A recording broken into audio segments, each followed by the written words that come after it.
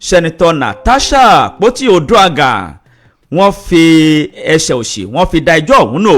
Ìwé ìròyìn Punch ló punch ẹ̀ jáde. Nínú ìwé ìròyìn The Nation ni ìròyìn yìí wà níbi tí ìròyìn ọ̀hún ti ń sọ wípé ìjọba àpapọ̀ ni wọ́n mà ti ṣí ojú òpó fún ẹ̀yin ọ̀dọ́ láti fi orúkọ sílẹ̀ fún ìpàdé àwọn ọ̀dọ́ eléyìí tí wọ́n ti pìyàmọ́. Ìwé ìròyìn The Nation ló kọ ìròyìn náà. Òṣìṣẹ́ ilé ìfowópamọ́ kan rèé tó ti rí ẹ̀wọ̀n he o. Ẹ̀wọ̀n ọdún kan gbáko ni ilé ẹjọ́ dá fún wípé kó lọ fi aṣọ péńpé roko ọba lórí kíni o. Lórí ìpàṣípààyọ owó tí iye rẹ̀ tó mílíọ̀nù 2 ó tún lé ọwọ́ 4 belenja. Ìwé ìròyìn Punch ló punch ìròyìn ọ̀hún jáde. Nínú ìwé ìròyìn Punch tó kàdákẹ́ náà lélẹ́yìí wà o níbi tí ẹnìkan ti ń sọ̀rọ̀ tó ní èmi kọ́ ni mo ní Ọ̀yọ́ ń pè ọ́ tí wọ́n ń sọ òun o, èmi kọ́ ni mo ní Ọ̀yọ́ ń pè ọ́ movement, ẹ yé ṣe ìkọlù sí mi. Ẹnìkan ló sọ ọ́, ta ló sọ ọ́? Sábàdé inú ìròyìn a máa rí ìwé ìròyìn Punch ló punch ìròyìn ọ̀hún síta. Nínú ìwé ìròyìn Punch tó kàdákẹ́ ọ̀hún lèmi náà ti rí ìròyìn títí ọwọ́ mi yìí o. Ṣebí ó kù díẹ̀ kọ́lọ́run ó yọ ni kò ní ní yọ ni. Àwọn olùjọ́sìn ọmọ ìjọ RCCG ìyẹn Redeemed Christian Church of God Ọlọ́run mà kó wọn yọ níbi ìṣẹ̀lẹ̀ ilé kan tó dà wó ní ìpínlẹ̀ Èkó. Ìwé ìròyìn Punch ló punch ẹ̀ jáde. Nínú ìwé ìròyìn Punch náà ni eléyìí náà tún wà o níbi tí ìròyìn ọ̀hún ti ń sọ wípé àwọn àjọ tó ń rí sí bí a ṣe ń polówó ọjà yún ANCON ni wọ́n mà ti ṣe ìkìlọ̀ lórí àwọn tó ń gbé ayédèrú ọjà kiri o eléyìí tí ó ní orúkọ bàbá Adébóyè nínú àti bàbá Ṣeun Ọ̀kínbalóyè. Wọ́n ní àwọn àjọ yìí ni wọ́n ti ń ṣe ìkìlọ̀ kólekóle fún gbogbo àwọn ènìyàn tó lọ́wọ́ nínú irú eléyìí. Ìwé ìròyìn Vanguard náà ló sì fa ìròyìn ọ̀hún síta. Nínú ìwé ìròyìn Daily Post ni mo rí ìròyìn yìí. Daily Trust gan òun náà tún trust ẹ̀ ó ti jáde o. Ọmọ ọdún 10 kan ó ṣèèṣì yìn ìbọn lu bàbá rẹ̀ tó jẹ́ ọlọ́pàá ni bàbá òun ló bá kú fínfín. Ìwé ìròyìn Daily Trust ló ti jáde. Nínú ìwé ìròyìn The Nation ni ìròyìn eléyìí wà o níbi tí Túnjí Òjó tó ti ń sọ̀rọ̀ ó ní a gbọ́dọ̀ wá ọ̀nà míì láti máa fi fún àwọn ọlọ́pàá lówó o. Túnjí Òjó ló sọ eléyìí di mímọ̀. Ìwé ìròyìn The Nation ló sì kọ ìròyìn ọ̀hún. Nínú ìwé ìròyìn Punch ni mo rí ìròyìn títí ọwọ́ mi yìí lórí ìdìbò gbogbogbò èyí tí yóò wáyé lọ́dún 2027. Tinubu nìkan ló lè mú ẹni tí wọ́n jọ díje tí wọ́n jọ kọ́ wọ́n rìn tí wọ́n jọ ṣiṣẹ́ papọ̀ gẹ́gẹ́ bí igbákejì rẹ̀. Ta ló sọ̀rọ̀ yìí? Olóyè kan nínú ẹgbẹ́ òṣèlú APC ó kẹun sọ̀rọ̀. Ìwé ìròyìn Punch ló punch ẹ̀ jáde. Nínú ìwé ìròyìn The Nation ni ìròyìn eléyìí wà níbi tí Damagum tó mà ti sọ̀rọ̀ ó ní ẹ wò ó èmi ò máa gbé ìgbésẹ̀ láti ta kọ́sọ́ lọ sínú ẹgbẹ́ òṣèlú APC.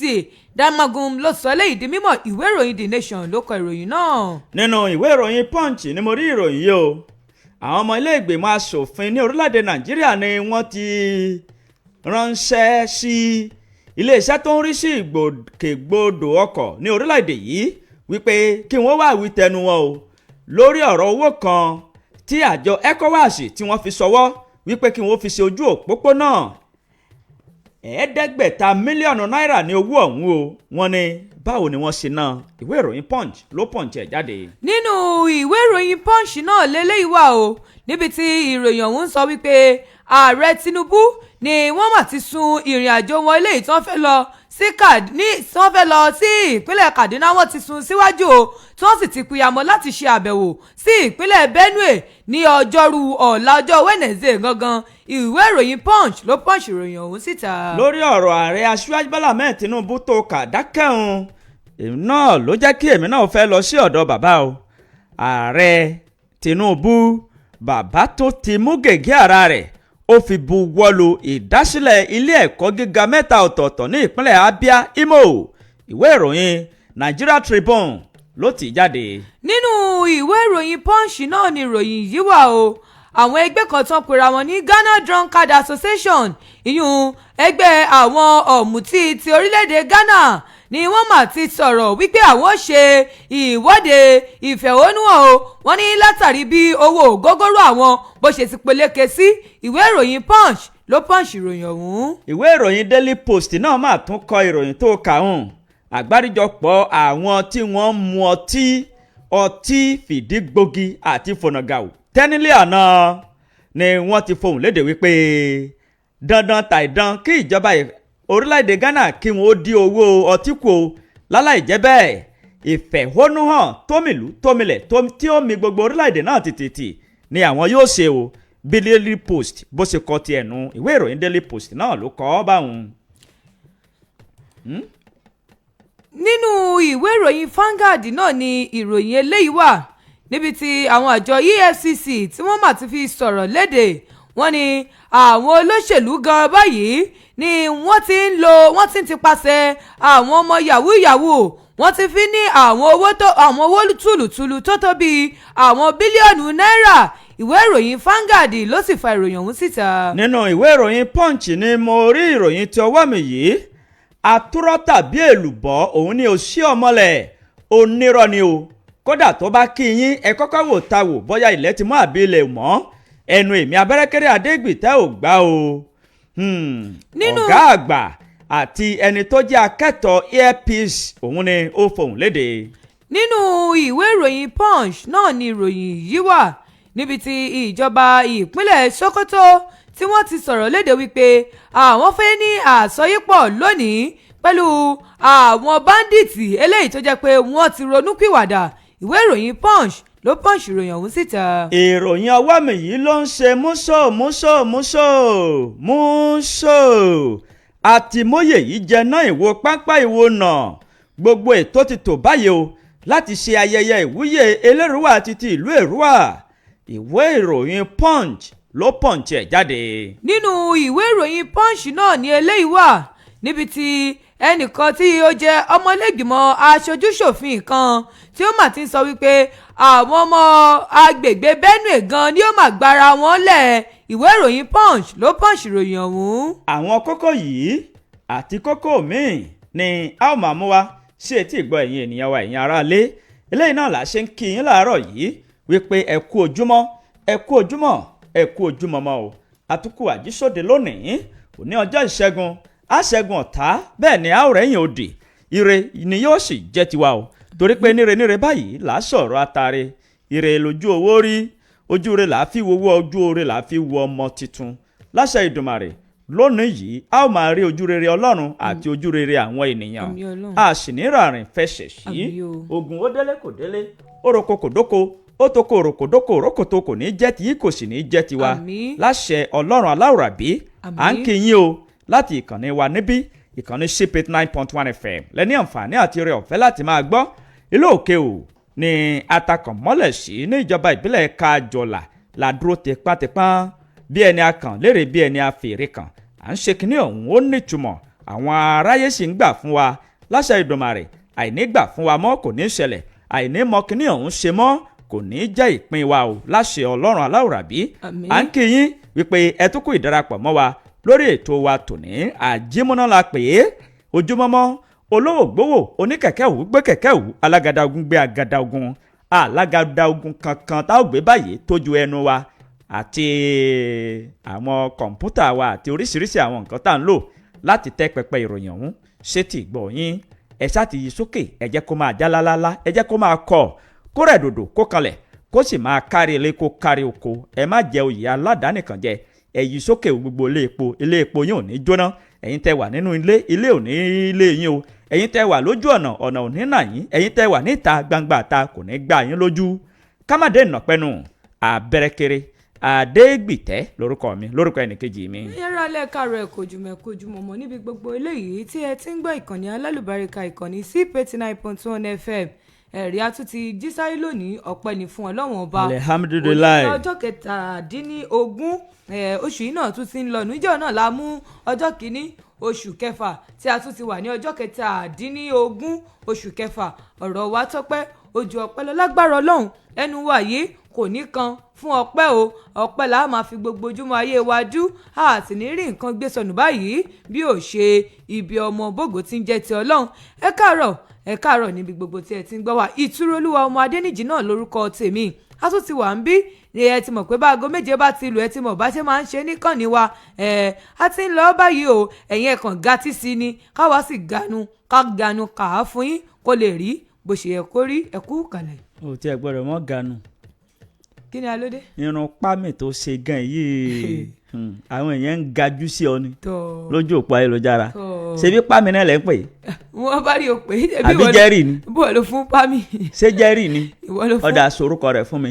pámì náà ni. ará ilé ọ̀gbọ́ wa sọ. pámì náà ni. ṣé kí n gbé tiwa kọ sọ sí mi létí. pámì ni sẹ́ẹ̀ kò nídìí kínní. pámì àbí. pámì. àbí jẹ́rì. pámì ni. ìsà nǹkan tó tòótọ́ ni. àbí ó já lálá ni. òun tó lásìkò yìí o. tó ọlọ́run ni. ọmọ yìí. ọlọ́run ni. asáfẹ́ gẹ fìlà. fìlà kí ni. aláfẹ́ gẹ fìlà. tètè mọ́jọ́ fún wa. àmọ́yé fìlà tẹ́ wọ́n ń gẹ̀. àní ọmọjọ́ fún wa ká gẹ fìlà. tolúwa ni ó ṣe. tolúwa nílẹ̀ àti ẹ̀kún rẹ̀. tolúwa ni ó ṣe ni kò ṣe pé tolúwa nílẹ̀ mọ́ka sáàmù fún mi. fíìkì. tolúwa ni ó ṣe. ọ̀dà kò sí ọ̀nà àmọ́ retí. àwọn aráalé gan ń retí báyìí. ẹ ṣàfọkànbalẹ̀. wọ́n ti fi gègé sétí tí wọ́n fi ń retí. tó kọ́mọ̀jò ṣẹ́ mọ́ o. tó káwọnú ìròyìn ọ̀hún láláì ní fàkókò ṣòfò àwọn ènìyàn wọ́n ti wà ní ìdí àpótí rédíò wọn báyìí láti gbọ́ ẹ̀kúnrẹ́rẹ́ ọ̀kan-ò-jọ̀kan àwọn kókó tá a ti mú wá ṣe tí ìgbọ́ yín nínú ìwé ìròyìn punch ni mo ti kọ́kọ́ fẹ́ ṣíde ìròyìn títí ọwọ́ mi yìí ilé ẹjọ́ ni wọ́n ti fi ọwọ́ òsì àti ẹsẹ̀ òsì ni wọ́n fi gbá ẹjọ́ tí ìjọba àpapọ̀ tó pè tako ọ̀kan lára àwọn sẹ́nitọ̀ tí wọ́n jáwé lọ́jọ́kó jẹ́ fún nílé yẹn sẹ́nitọ̀ Natasha lórí bí ó ṣe fi ètì ẹ̀gàn àti tó bó ṣe sọ kò bákùngbé ọ̀rọ̀ sí ọ̀kan lára àwọn èèkàn ní orílẹ̀-èdè Nàìjíríà ilé ẹjọ́ gíga kan tó fi ìdí kalẹ̀ sí ìlú Àbújá lọ́jọ́ ajé àná yìí ni wọ́n ti fi ẹsẹ̀ òsì ni wọ́n fi gbá ẹjọ́ tí ìjọba àpapọ̀ tó pè láti fi páńpẹ́ ọba mú sẹ́nitọ̀ tí wọ́n jáwé lọ́jọ́kó jẹ́ fún nílé tó tún ṣojú ẹkùn ìdìbò ìpínlẹ̀ Kogi ní ìlú Àbújá sẹ́nitọ̀ Natasha Akpoti Oduagan gẹ́gẹ́ bí wípé ilé ẹjọ́ pè é wọ́n sì sọ pé kó wá yọjú lórí oríṣiríṣi àwọn ọ̀rọ̀ tó sọ sí Akpabio àti bó ṣe bà arákùnrin ọ̀hún lórúkọ jẹ́ ṣùgbọ́n ó ṣe láàánú wípé Natasha Akpoti Oduagan ó kọ̀ láti yọjú sí ilé ẹjọ́ ọ̀hún nínú ọ̀rọ̀ tí ẹni tó ń gbọ́ ètò ìgbẹ́jọ́ náà ìyẹn adájọ́ Muhammed Umar òun ni ó jẹ́ kó di mímọ̀ wípé ó yẹ kí ọmọ aṣòfin yìí kó yọjú nítorí wípé kò tí ì jẹ́ irú ẹjọ́ báyìí rí kí ló fà á tí kò fi lè yọjú sí ilé ẹjọ́ ṣùgbọ́n ó ní kò sí àṣẹ kankan láti fi páńpẹ́ ọba mọ́ bí ìjọba àpapọ̀ bí wọ́n ṣe fẹ́ kí àwọn fi páńpẹ́ ọba mọ́ fún ìdí èyí àwọn yóò sì tún ránṣẹ́ pé wípé kó wá yọjú sí ilé ẹjọ́ ìwé ìròyìn punch ni ó punch ìròyìn ọ̀hún jáde bẹ́ẹ̀ bá fẹ́ wò ó ẹ̀kúnrẹ́rẹ́ rẹ̀ ó wà nínú rẹ̀ o. nínú ìwé ìròyìn The Nation ni ìròyìn eléyìí wà o níbi tí ìròyìn ọ̀hún ti ń sọ wípé ìjọba àpapọ̀ ó ní wọ́n mà ti ṣíṣọ́ lé ojú òpó fún ẹ̀yin ọ̀dọ́ láti lọ́ọ́ fi orúkọ sílẹ̀ ṣáájú àyájọ́ ọjọ́ àwọn ìpàdé eléyìí tí ààrẹ ní pẹ̀lú gbogbo ẹ̀yin ọ̀dọ́ orílẹ̀-èdè Nàìjíríà yìí gẹ́gẹ́ bí wọ́n ti pìyàmọ́ wípé àwọn tí ó tó 40,000 ni wọ́n ti pìyàmọ́ wípé kí wọ́n fi orúkọ sílẹ̀ kó tó di 30 ọjọ́ oṣù kẹfà ọdún eléyìí tí a wà yìí ìjọba àpapọ̀ ni wọ́n ti ṣí ojú òpó sílẹ̀ fún àwọn ọ̀dọ́ lágbàáyé láti fi orúkọ sílẹ̀ ṣáájú ọjọ́ àpérò wọn eléyìí tí wọ́n ti pìyàmọ́ síwájú wípé yóò wáyé fún gbogbo àwọn ọ̀dọ́ léyìí tí wọ́n ní àǹfààní láti bá ààrẹ sọ̀rọ̀ mínísítà tó ń rí sí ìdàgbàsókè fún àwọn ọ̀dọ́ Ayọ̀délé Ọláwándé òun ló ṣíṣe lójú ojú òpó ọ̀hún tó sì fi léde wípé https://nationalyouthconfab.gov.ng òun ni àwọn ọ̀dọ́ lò láti bọ́ sí ojú òpó ayélujára o láti tẹ̀ ẹ́ sójú ẹ̀ wọ́n sì fowókọ wọn síbẹ̀ tí wọ́n sì ṣe oríṣiríṣi àwọn àlàkalẹ̀ eléyìí tí wọ́n ti pe amọ̀ sí ojú òpó náà ìpàdé ọ̀hún eléyìí tí wọ́n ti pe amọ̀ yìí wọ́n ní òun ní láti wọ ojútùú sí àwọn ìṣòro orílẹ̀-èdè Nàìjíríà àti láti jẹ́ kí ìlọsíwájú túbọ̀ bá ọjọ́ ọ̀la orílẹ̀-èdè Nàìjíríà Ọláwándé òun ló sọ ọ̀rọ̀ yìí níbi ìpàdé àpérò pẹ̀lú nígbà tó ń bá àwọn oníròyìn sọ̀rọ̀ nílùú Àbújá lánàá. Níbẹ̀ ló ti ṣíṣọ lójú òpó ayélujára ọ̀hún tó sì sọ wípé ẹ wo ẹ̀yin ọ̀dọ́ o, ìpàdé ọlọ́jọ́ pípẹ́ eléyìí tẹ́tí ń retí tipẹ́tipẹ́ wò àkókò ti tó báyìí, kìkì wípé kẹ́yìn kọ̀ bọ́ sí ojú òpó ayélujára kẹ́sì fi orúkọ yín síbẹ̀ o. Bẹ́ẹ̀ bá ti fi orúkọ yín sílẹ̀ ẹ wò ẹ̀yin ti wà lára àwọn tí wọ́n nípa níbi ètò ọ̀hún náà ni. Tẹ́ ẹ bá rántí tẹ́ gbàgbé pé ní ọjọ́ 10 oṣù kẹta ni àwọn ọmọ yìí ni wọ́n mọ̀ ti sọ̀rọ̀ tí ààrẹ sì ti yan àwọn ìgbìmọ̀ tí ó tó àwọn ìgbìmọ̀ 24 láti jẹ́ ìgbìmọ̀ fún àwọn tí ó rí sí ètò tí wọ́n fẹ́ bá àwọn ọ̀dọ́ ṣe eléyìí tí wọ́n ní 30 ọjọ́ ni ètò náà fi wáyé. 30 ọjọ́ odidi 30 ọjọ́ gbáko ni yóò fi wáyé o. Àwọn ìgbìmọ̀ ọ̀hún ni wọ́n wá ti padà fẹ́nu kò tí wọ́n sì ti sọ̀rọ̀ láti ọjọ́ 1 oṣù kẹwàá ọdún tó lọ ni wọ́n ti sọ̀rọ̀ ní ààrẹ ti sọ̀rọ̀ nígbà tí ó ń bá àwọn ọmọ orílẹ̀-èdè sọ̀rọ̀ wípé ẹ wò ẹ má wọ́rì ẹ̀yin ọ̀dọ́ nǹkan báyìí ni yóò ṣẹlẹ̀, ẹ wò iye báyìí ohun tí à ń retí ni yóò ti padà ṣe báyìí o. Ẹ̀yin ọ̀dọ́ inú ẹ bọ́ sójú òpó ayélujára ẹ lọ fi àwọn ọkọ yín síbẹ̀ o torí wípé wọ́n ti ṣí ojú òpó sílẹ̀ báyìí. Ẹ wò ìròyìn ọ̀hún ó gùn díẹ̀ bẹ́yìn bá fẹ́ ṣẹ̀rẹ̀ lọ sínú ìwé ìròyìn The Nation tó jáde fún tàárọ̀ yìí kẹlọ́mù kẹsẹ̀rí ẹ̀ níbẹ̀. Nínú ìwé ìròyìn Punch ni mo rí ìròyìn títí ọwọ́ mi yìí. Òṣìṣẹ́ ilé ìfowópamọ́ kan ni ó ti rí ẹ̀wọ̀n he báyìí o. Odidi ọdún kan gbáko ni yóò fi aṣọ péńpé roko ọba pẹ̀lú iṣẹ́ àṣekára lórí ẹ̀sùn tí wọ́n fi kàn wípé ó ṣe ìpàṣípàyọ owó tí iye rẹ̀ tó mílíọ̀nù 2 ó tún lé ọwọ́ 4 náírà ìyẹn 2.4 mílíọ̀nù náírà. Ilé ẹjọ́ kan tó fi ìdí kalẹ̀ sí Ìkòyí ní ìlú Èkó láti ọ̀dọ̀ adájọ́ Yẹ̀límà Bògòrò òun ni ó ti rán arákùnrin kan tó jẹ́ òṣìṣẹ́ ilé ìfowópamọ́ Ecobank tí wọ́n pe orúkọ rẹ̀ ní Solomon Nfanyo. Òun ni wọ́n ti fi ọwọ́ òsì júwe ọgbà atúnirọ̀ fún báyìí wípé odidi ọdún kan gbáko ni yóò fi aṣọ péńpé roko ẹba nítorí pé ó ti ta ṣàgẹ̀rẹ̀ ó sì jayò pa. Ẹ̀ṣẹ̀ tó ṣẹ̀ yìí ó ní ìjìyà tó tọ́ lábẹ́ òfin. Ìjìyà náà sì ni wípé yóò fi aṣọ péńpé roko ọba fún odidi ọdún kan gbáko. Ẹ̀ṣẹ̀ tí wọ́n ló ṣẹ̀ òun ni wípé ó lu oníbàárà kan ní jìbìtì.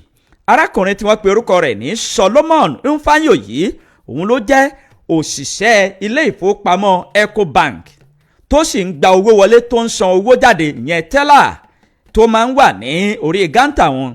Arábìnrin kan ẹni tí wọ́n pe orúkọ rẹ̀ ní Ògúnfọdúnrìn Àjọkẹ́ òun ni ó gbé owó lọ sí ilé ìfowópamọ́ wọn o tó sì sọ pé òun fẹ́ sanwó ní arákùnrin tó jẹ́ òṣìṣẹ́ Ecobank yìí ló bá gba owó ọ̀hún ó bá bẹ̀rẹ̀ sí ní kọ́ ó tún fi stamp ó fi jẹ́ pì àṣé irọ́ ló ń kọ. Ó fi àtẹ̀jíṣẹ́ èyí tó ní ṣe pẹ̀lú owó ìyẹn aláàtì ó fi àtẹ̀jíṣẹ́ èké àti àtẹ̀jíṣẹ́ awúrúju ó fi ṣọwọ́ sí orí ẹ̀rọ gàásímílétì arábìnrin ọ̀hún. Ó sì fi ojúlówó owó ó fi ṣọwọ́ sí orí akoto títí ẹ̀ gangan. Ó bá fi àtẹ̀jíṣẹ́ èké ó fi ṣọwọ́ sí orí àkáǹtì Ògúnfọlárìn Àjọkẹ́.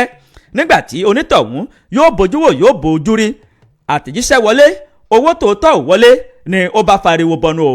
Ìgbà tí àwọn oníṣẹ́ ìwádìí tí wọ́n rí wípé irọ́ ni arákùnrin yìí pa o àti wípé ó ti lu onítọ̀hún ní jìbìtì tí ó darí owó rẹ̀ sínú àkáǹtì títí ẹ̀ ni wọ́n bá mú un lọ sí ilé ẹjọ́.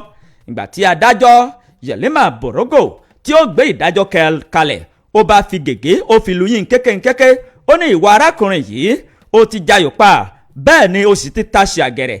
Ẹ̀ṣẹ̀ tó ṣẹ̀ yìí ó ní ìjìyà lábẹ́ òfin ìwé òfin ọ̀daràn títí abala 22 ẹsẹ̀ 2 níbẹ̀ ni ìyà rẹ̀ ló ti wà ní àlàkalẹ̀ tó sì ní ìyà tó tọ́ lábẹ́ òfin ó jólambapà níwájú òfin.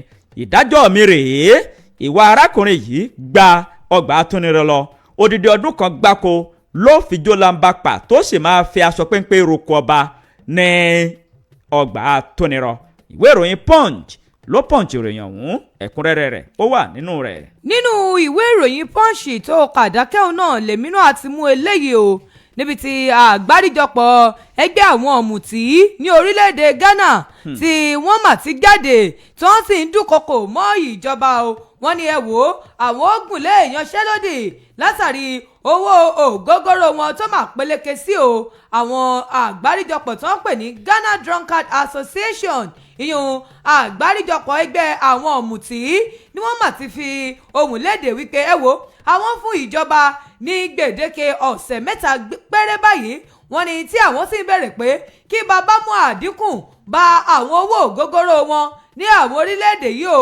wọ́n ní ẹ wò àìjẹ́ bẹ́ẹ̀ nǹkan tí ó ṣẹlẹ̀ eléyìí ló jáde lójú òpó ayélujára hẹ́ẹ̀sì wọn ní ọjọ́ àìkú níbi tí ààrẹ ẹgbẹ́ yìí yún Moses Drybones tó ti sọ̀rọ̀ síta.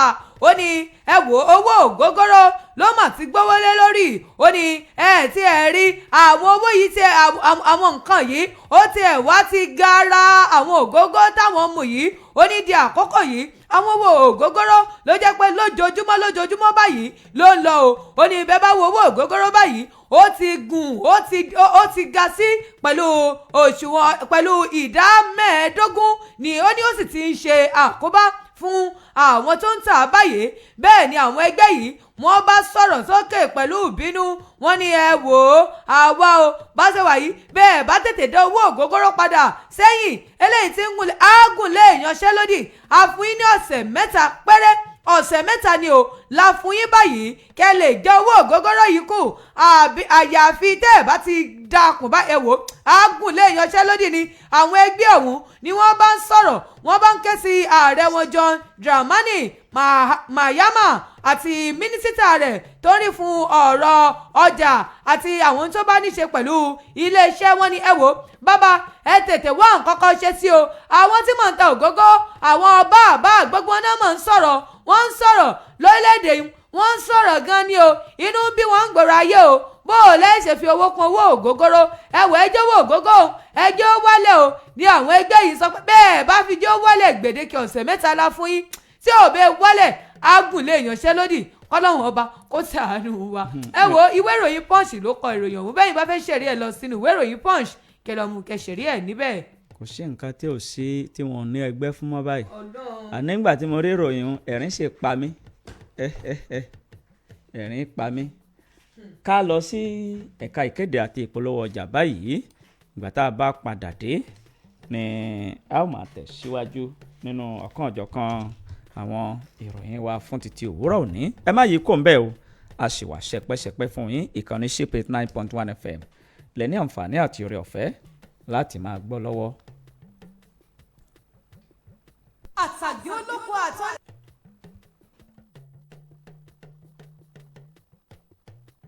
àtàgbé olóko àtọ́ ní nǹkan ọ̀sìn ìrọ̀rùn dé. múso.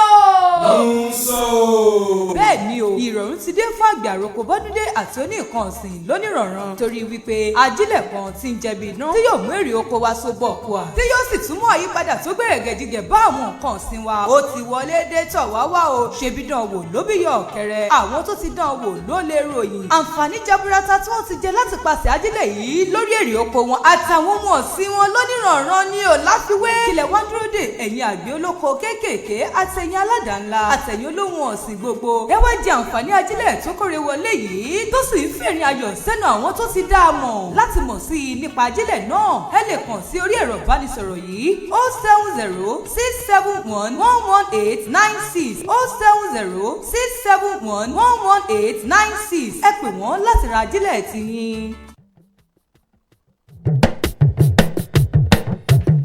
ẹ káàbọ̀ padà láti ojú ọjà ìròyìn wa kò tán síbẹ̀ o ó ń sún sápá wájú báyìí ní kẹ̀ríkẹ̀rí kẹ̀ǹkẹ̀ nírẹ̀gẹ̀dẹ̀ náírà bájìgàn nírẹ̀gẹ̀dẹ̀ fín ó kù díẹ̀ kọ́lọ́run ó yọ ni kò ní ní yọ ni o ìjọ Christian Church of God RCCG ni wọ́n ní orí ti kó yọ báyìí o níbi ìṣẹ̀lẹ̀ ilé kan tó dà wó tí Ọlọ́run tó sì dóòlà àwọn ènìyàn ọ̀hún àwọn ọmọ ìjọ Redeemed Christian Church of God Liberty Parish tó wà ní òpópónà 5 ní Ọlọ́run ti kó yọ nínú ìṣẹ̀lẹ̀ ilé kan tó dà wó ní ìlú Èkó lánàá ọjọ́ Ajé ilé ọ̀hún ni wọ́n ní wọ́n ń kọ́ lọ́wọ́ báyìí, ṣùgbọ́n ọ̀kan lára àwọn òpó tó gbé ilé ọ̀hún dúró ló ṣèèṣì wò ó tó sì kó àwọn ènìyàn láyà sókè. Gẹ́gẹ́ bí iléeṣẹ́ tó ń rí sí ìṣẹ̀lẹ̀ pàjáwìrì ní ìpínlẹ̀ Èkó gẹ́gẹ́ bó ṣe fi léde, ó ṣàlàyé wípé ìṣẹ̀lẹ̀ ilé alájà méjì ọ̀hún tó dà wó òun ni kò pa ẹnikẹ́ni lára. Ó sì wà ní agbègbè kan tí wọ́n pe orúkọ rẹ̀ ní Ṣómólú ní ìpínlẹ̀ Èkó. Nínú ọ̀rọ̀ akọ̀wé àgbà fún àwọn àjọ tó ń rí sí ìṣẹ̀lẹ̀ pàjáwìrì, dókítà Olúfẹ́mi Òkè Ọ̀sányìntọ́lá, òun ni ó fi ìdí ìròyìn múlẹ̀ fún àwọn oníròyìn lánàá ọjọ́ ajé ní ìlú Èkó. Òkè Ọ̀sányìntọ́lá ó ṣàlàyé báyìí wípé ìṣẹ̀lẹ̀ náà ló ṣẹlẹ̀ bó tilẹ̀ jẹ́ wípé wọ́n ń kọ́ ilé ọ̀hún lọ́wọ́, ṣùgbọ́n ó kù díẹ̀ kí Ọlọ́run ó yọ ni, kò mà ní yọ ni. Ó ní bí ilé ọ̀hún ṣe dà wó kò sí ẹnikẹ́ni tó farapa nínú ìṣẹ̀lẹ̀ náà. Ìwé ìròyìn Punch lójú síta, ẹ fẹ́ wò ẹ̀kúnrẹ́rẹ́ rẹ̀ ó wà nínú ìwé ìròyìn ọ̀hún. Nínú ìwé ìròyìn Punch náà ni ìròyìn yìí wà o, níbi tí ìjọba ìpínlẹ̀ Sokoto tí wọ́n mọ̀ ti sọ̀rọ̀ pé ẹ jẹ́ ṣe ìpàdé alátìlẹ̀kùnmọ́rí pẹ̀lú àwọn báńdíìtì eléyìí tí ó ti ronúpìwàdà ní ìpínlẹ̀ náà. Ìjọba ìpínlẹ̀ Sokoto ni wọ́n mà ti sọ̀rọ̀ lórí ìfarajì wọn láti lè ní àlàáfíà ọlọ́jọ́ pípẹ́ pẹ̀lú ètò ààbò, tí wọ́n sì sọ ìgbáradì wọn láti wá ojútùú sí àìsí ètò ààbò eléyìí tí ó wà ní àwọn apá ọ̀dọ̀ wọn. Amúgbálẹ́gbẹ̀ẹ́ pàtàkì sí ààrẹ lórí ọ̀rọ̀ tó bá ní ṣe pẹ̀lú ètò ààbò Kol Ahmed Usman tí ó jẹ́ òṣìṣẹ́ fẹ̀yìntì nígbà tí ó ń bá àwọn oníròyìn sọ̀rọ̀ ní ọjọ́ Àìkú, níbẹ̀ ló mà ti fohùn léde wípé ìjọba ti ṣetán o láti ní ìpàdé ọ̀rọ̀ àsọyépọ̀ pẹ̀lú àwọn báńdíìtì eléyìí tí wọ́n mà ti ronúkìwàdà o. Ó ní pẹ̀lú wípé àwọn tí wọ́n ti fi gbogbo tí wọ́n ti yọwọ́ yẹsẹ̀ wọn wípé àwọn ò ṣe mọ́ o. Ó ní tó sì jẹ́ pé wọ́n ń wá àlàáfíà, bẹ́ẹ̀ ni ó ní tọkàntọkàn wọn làwọn fi ń gbà wọ́n pé kí àlàáfíà kó lè wà àti kí ètò ààbò kó lè fẹsẹ̀ múlẹ̀ ní apá abẹ́hùn. Nígbà tó ń sọ̀rọ̀, ó ní pàtàkì ibẹ̀ ni wípé ẹ wò ó gẹ́gẹ́ bí àkọsílẹ̀ ìwé ìtàn, ó ní ọ̀pọ̀lọpọ̀ àwọn áwọ̀ ni ó mà jẹ́ wípé kò ń parí pẹ̀lú àlàáfíà o. Ó ní ṣùgbọ́n eléyìí tí àwọn fẹ́ sọ, àwọn fẹ́ kí ó lọ ní ìrọwọ́rẹsẹ̀, àwọn ò fẹ́ kí wàhálà kankan wà o. Àwọn fẹ́ káwọn jọ jókòó kí wọ́n jọ sọ àsọyépọ̀ lórí ọ̀rọ̀ náà. Ó ní Sokoto báyìí ló ti ṣetán láti dúnàádúrà pẹ̀lú àwọn báńdíìtì eléyìí tí wọ́n bá ṣetán o láti yọ̀ǹda ara wọn, láti juwọ́ wọn, láti ju ẹsẹ̀ wọn gan pé àwọn ṣetán, àwọn ń wá àlàáfíà. Bẹ́ẹ̀ ni ìjọba yìí ló ń sọ̀rọ̀, ẹni tí wàá ń ṣe amúgbálẹ́gbẹ̀ẹ́ pàtàkì sí gómìnà, bẹ́ẹ̀ ni ó bá ń gbóríyìn fún ààrẹ Bọ́lá Tinubu àti àwọn olóyè rẹ̀ àti àwọn ẹlẹ́ṣọ́ aláàbò káàkiri o. Ó ní gẹ́gẹ́ bí wọ́n ṣe ń sa ipa takuntakun ní ìpínlẹ̀ náà, kódà ju bí àwọn tiẹ̀ ti lè rò lọ. Wọ́n ní ẹ wò ẹ̀yin báńdíìtì, ẹ jájọ sọ àsọyépọ̀ o. ìyún àwọn tí wọ́n ti fàyè wọn fún àlàáfíà, tí wọ́n ti ní àwọn ò mọ̀ ṣe jàgídíjàgan mọ́. Bẹ́ẹ̀ wọ́n ti sọ̀rọ̀, ìjọba ìpínlẹ̀ Sokoto náà sì ti fohùn léde wípé ẹ jẹ́ àjọ ṣe ẹ wò ó ìròyìn ọ̀hún ò jù bẹ́ẹ̀ lọ o. Bẹ́ẹ̀ bá fẹ́ ṣẹ̀rẹ̀ lọ sínú ìwé ìròyìn Punch kẹlẹ́ ọmú kẹsìrì ẹ̀ níbẹ̀. Nínú ìwé ìròyìn Daily Trust ni mo rí ìròyìn ọlọ́wọ́ mi yìí o. Kọ́lọ́run kó gbà wá o. Ọmọ ọdún 10 kan rèé tó ṣèṣì ṣe ikú pa bàbá rẹ̀. Ìbọn bájínátù ti ní ó yìnbọn bàbá òun o. Ní ìpínlẹ̀ Anambra ní ìṣẹ̀lẹ̀ yìí ti ṣẹlẹ̀. Arákùnrin kan tí wọ́n pe orúkọ rẹ̀ ní Okole Amechi, òun ló jẹ́ ìǹspẹ́tọ̀ ọlọ́pàá tí wọ́n sì gbé ìbọn AK-47 fún o. Arákùnrin yìí ni ó gbé ìbọn AK-47 rifle ó gbé lọ sílé, kò sì yọ ọta tó wà nínú rẹ̀. Ọmọ rẹ̀ tó jẹ́ ọmọ ọdún 10 ni òun bá lọ ń fi ìbọn òun ṣeré, tó sì ṣèṣì fi ọwọ́ ra ìbọn òun nídìí ní bájínátù ló bá fọhùn o. Wọ́n ní ìbọn ó bá arákùnrin tó jẹ́ òṣìṣẹ́ ọlọ́pàá yìí tí wọ́n pe orúkọ rẹ̀ ní Okole Amechi, ó bá ní ọwọ́ ẹ̀yìn, ó sì tún bá ẹ̀gbọ́n ọmọdékùnrin yìí ní ọwọ́.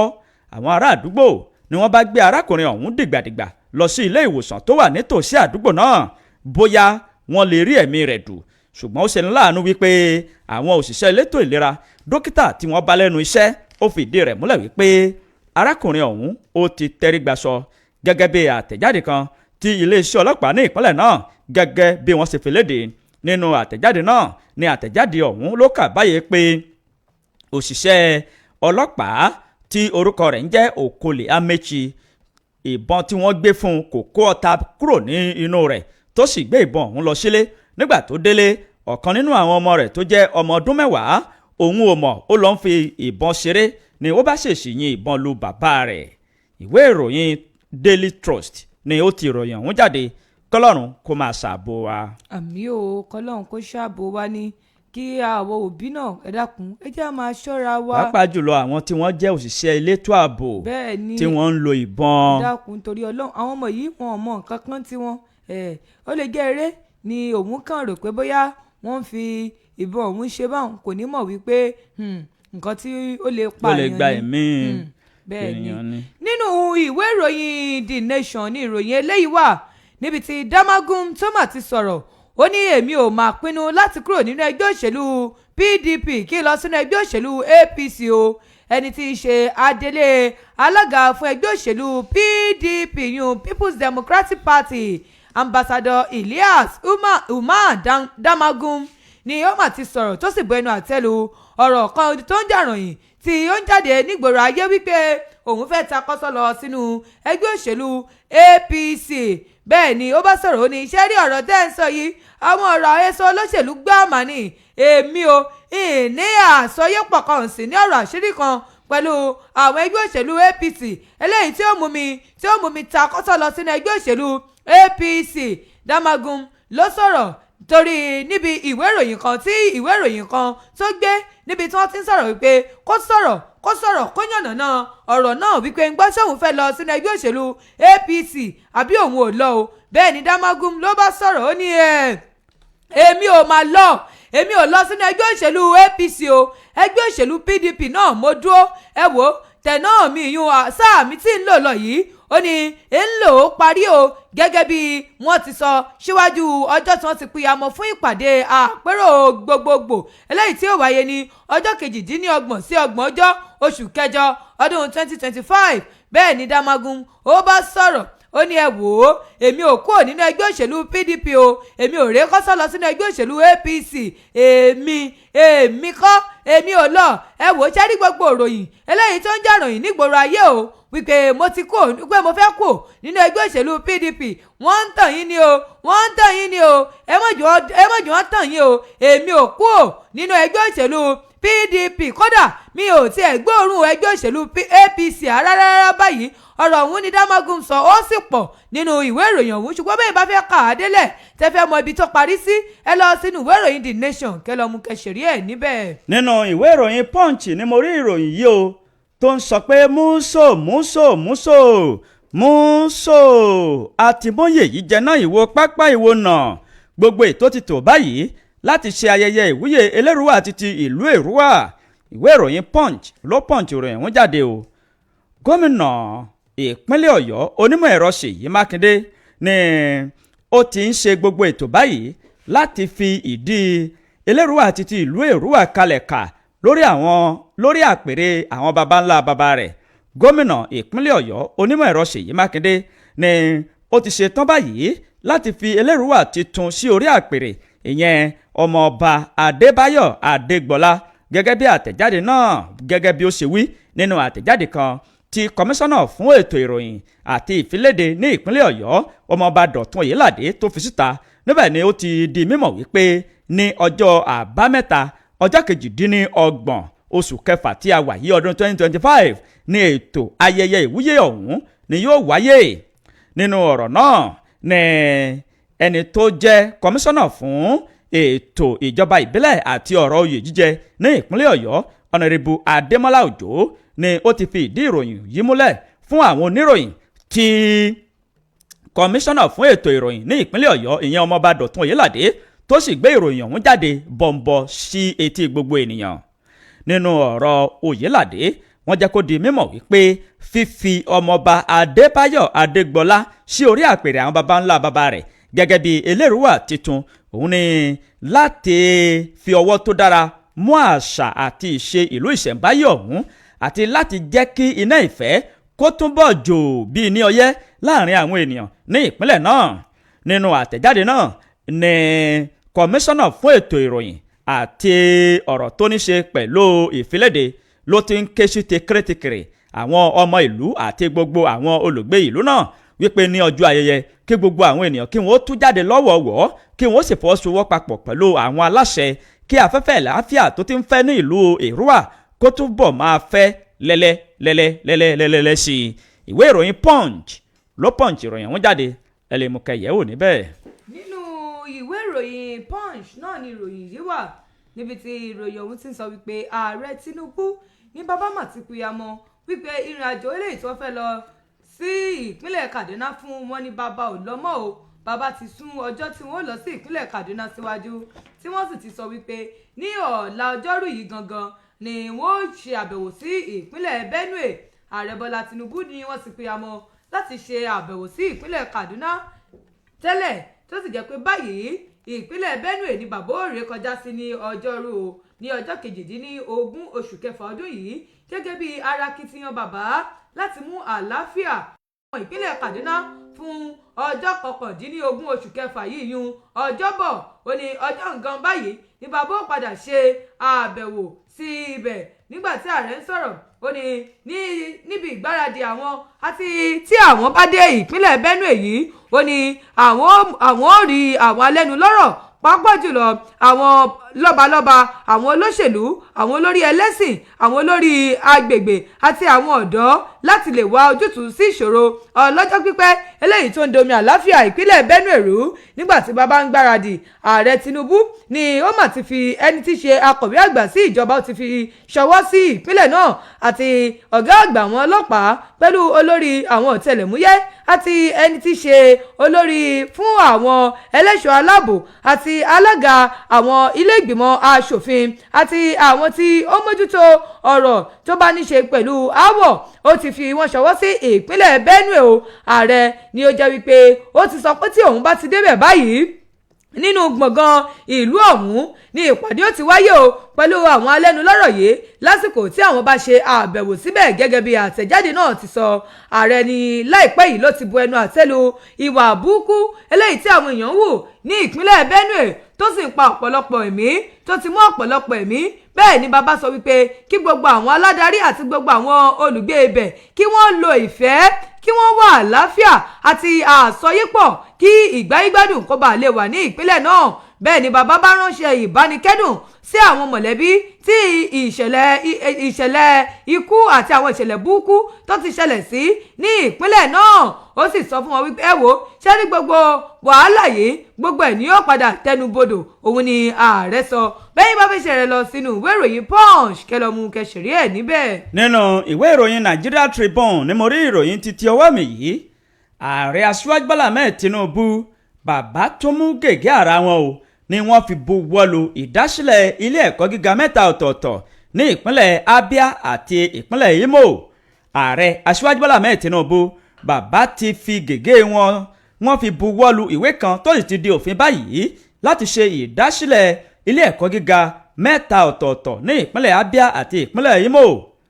Àbá náà ni igbákejì abẹnugan fún ilé ìgbìmọ̀ asòfin ìyẹn Honourable Benjamin Kalu ni ó ṣe onígbọ̀wọ́ rẹ̀ tó sì dé etí ìgbọ́ ààrẹ tí wọ́n sì gbé síwájú ààrẹ Aṣíwájú Bọ́lá Ahmed Tinubu ní wàràǹṣeṣà ni bàbá mú gègé ni bàbá fi buwọ́lù ìdásílẹ̀ ilé ẹ̀kọ́ òun ni Federal College of Education òun ni wọ́n ṣe àgbékalẹ̀ rẹ̀ sí Bende ní ìpínlẹ̀ Abia. Bẹ́ẹ̀ ni wọ́n tún ṣe àgbékalẹ̀ Federal University of Medical and Health Science item òun náà yóò tún wà ní ìlú Bende ní ìpínlẹ̀ Abia. Bẹ́ẹ̀ ni wọ́n tún ṣe ìdásílẹ̀ fásitì míì tí orúkọ rẹ̀ ń jẹ́ Federal University of Okuwa ní ìpínlẹ̀ Imo. Gẹ́gẹ́ bí àtẹ̀jáde náà gẹ́gẹ́ bó ṣe wí nínú ọ̀rọ̀ náà ni wọ́n ti sọ yí pé ilé ẹ̀kọ́ tí yóò máa rí sí ètò ìkọ́ni àwọn olùkọ́ onípele kínní ìyẹn Federal College of Education òun ni yóò máa kọ́ àwọn ènìyàn bí wọ́n ṣe ń kọ́ àwọn ènìyàn lẹ́kọ̀ọ́ àti láti ṣe iṣẹ́ ìwádìí àti oríṣiríṣi àwọn ètò míì tó ní ṣe pẹ̀lú ètò ìkẹ́kọ̀ọ́ títí NCE tí yóò sì fún àwọn ènìyàn láǹfààní láti gba iṣẹ́ àti láti ṣe oríṣiríṣi àwọn nǹkan. Bẹ́ẹ̀ ilé ẹ̀kọ́ gíga títí fásitì Federal University of Medical and Health Science item èyí tí wọ́n fi ìdí rẹ̀ kalẹ̀ sí Bẹ́ńdẹ̀ òun ni yóò máa kọ́ àwọn ènìyàn lẹ́kọ̀ọ́ nípa ètò ìlera àti ètò ìdánilẹ́kọ̀ọ́ àti oríṣiríṣi àwọn tí wọ́n fẹ́ kẹ́kọ̀ọ́ gboyè títí fásitì àti àwọn tí wọ́n fẹ́ kẹ́kọ̀ọ́ gboyè títí ọ̀gá ìyẹn mástà lóríṣiríṣi àwọn ètò tó ní ṣe pẹ̀lú ẹ̀ka ètò ìlera ni wọ́n máa kọ́ àwọn ènìyàn. Ààrẹ Aṣíwájú Bọ́lá Ahmed Tinubu bàbá ti sọ kínní ọ̀hún di òfin o tí wọ́n ó sì ṣe àgbékalẹ̀ rẹ̀ láìpẹ́ ọjọ́ jọjọ. Ìwé ìròyìn Nigeria Tribune ló ti ìròyìn náà jáde ẹ lè mú kẹyẹ ò níbẹ̀. Nínú ìwé ìròyìn Punch náà ni ìròyìn yìí wà o níbi tí gbajúgbajà sọ̀rọ̀sọ̀rọ̀ kan tí ó ti sọ̀rọ̀ wípé èmi kọ́ ni mo ní Ọ̀yọ́ ń pè ọ́ o ẹyẹ ṣe ìkọlù sí mi.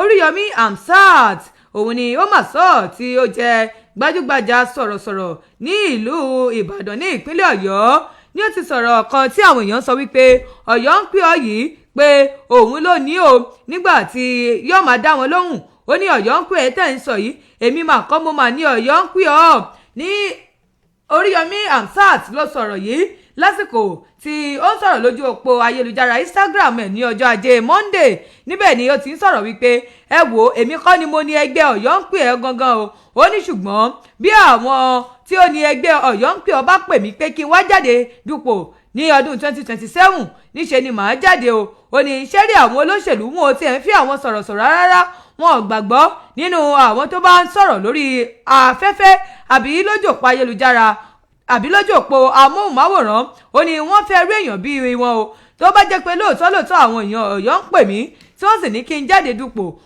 Oríyọmí ó ní òun á jáde o ó ní òun ó sì jáwé olúborí kò sì sí nǹkan kan eléyìí tí yóò ṣẹlẹ̀ sí òun o ó ní bóun bá sì fìdí rẹmi náà ni ó ní déédéé ni ṣé báwọn tó ṣàfìdí rẹmi wọ́n wà láyé báyìí wọn ò sì kú bẹ́ẹ̀ ni ó bá sọ̀rọ̀ ó ní nígbà tẹ́nìkan tiẹ̀ máa jáde ẹ wá sọ pé ní wọ́ọ̀dù mi ò lè jáwé olúborí ó ní ẹ̀wẹ́jọ́ dìgbà náà ẹ rí wípé àwọn èèyàn ó tu yáyá wọn ó tu yáyà ṣebí èèyàn ni àwọn èèyàn tí wọ́n pera wọn ní Ọ̀yọ́ ń pè ọ̀hún ó ní ẹ̀yin ẹ máa wò ó ẹ rí i pé ń jáwé olúborí ó sọ̀rọ̀ ọ̀hún ó sọ ọ́ gan ni o bẹ́ẹ̀ ni ìwé ìròyìn sọ wípé ní ìlú Ìbàdàn báyìí gbogbo òpópónà gbogbo ẹ̀bá ọ̀nà ni wọ́n ti lẹ̀ àwòrán Ọ̀yọ́ ń pè ọ́ tí wọ́n sì fi àwòrán Oríyọmí Hamzat náà síbẹ̀ wípé Ọ̀yọ́ ń pè ọ́ o Ọ̀yọ́ ń pè ọ́ wá Ọ̀yọ́ ń pè ọ́ bẹ́ẹ̀ ni Hamzat ń sọ̀rọ̀ o ó ní bí àwọn èèyàn tó ní Ọ̀yọ́ ń pè ọ́ yìí bí wọ́n bá fi lè pè mí wípé kí n jáde dupò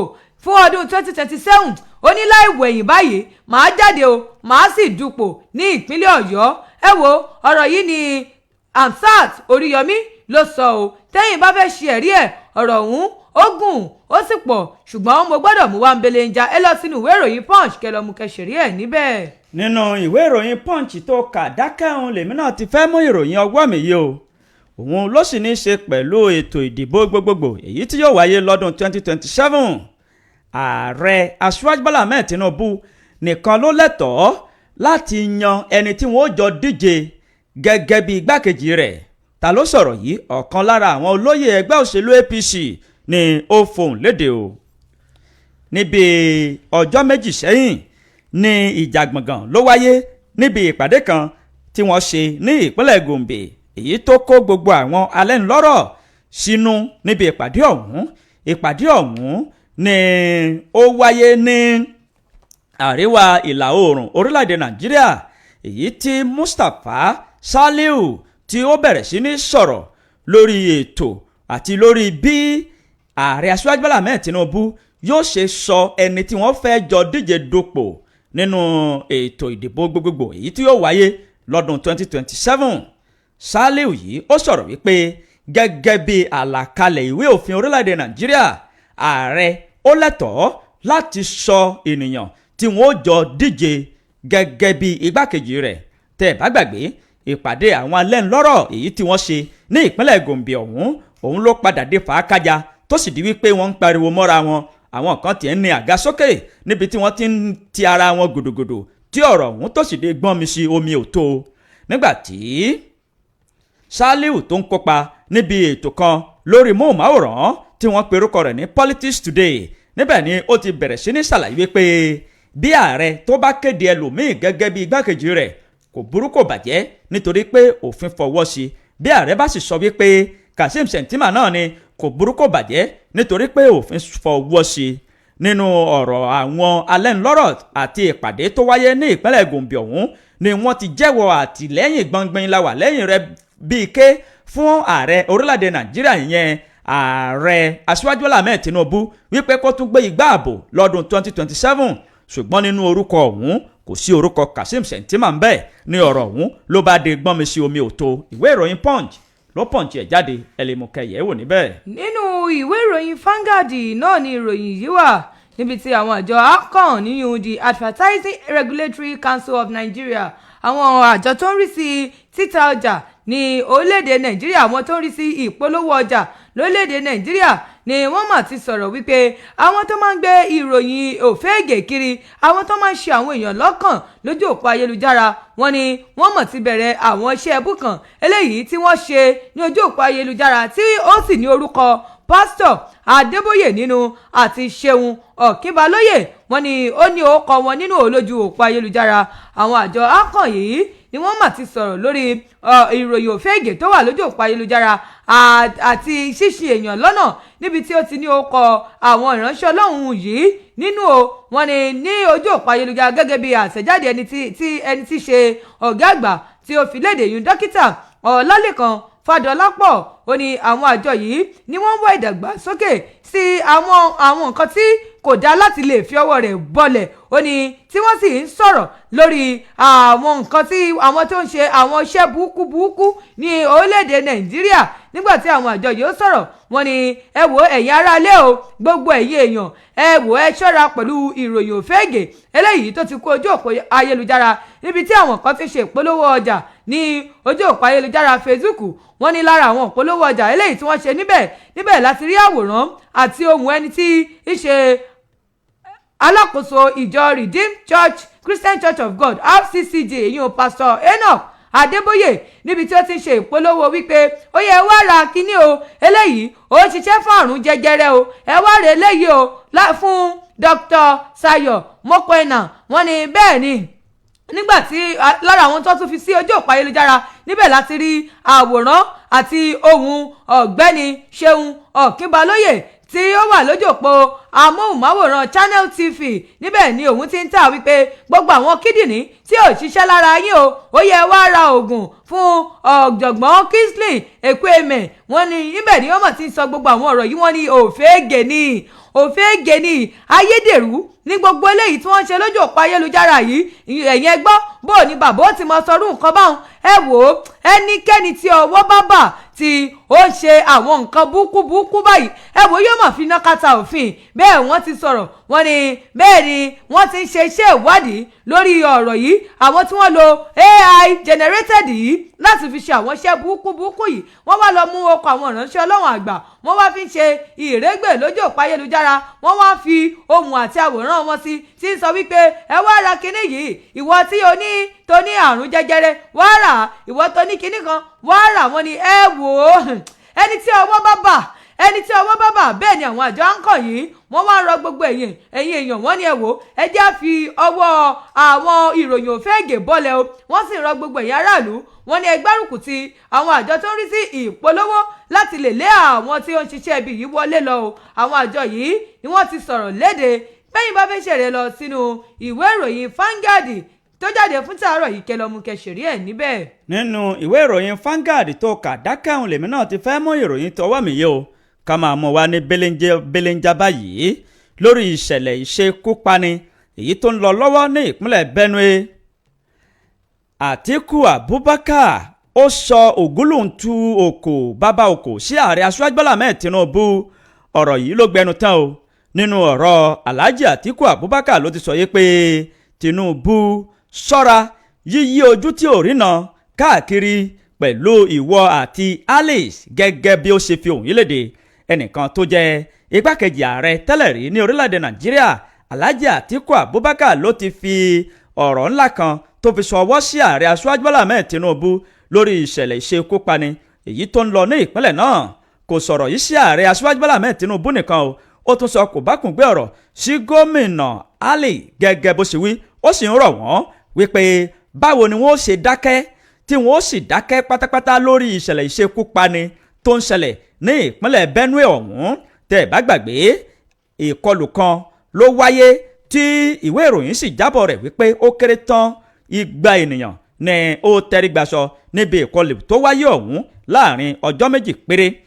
Ìṣẹ̀lẹ̀ yìí ni ó fọwọ́ ba àwọn ọmọ orílẹ̀-èdè Nàìjíríà lẹ́mìí.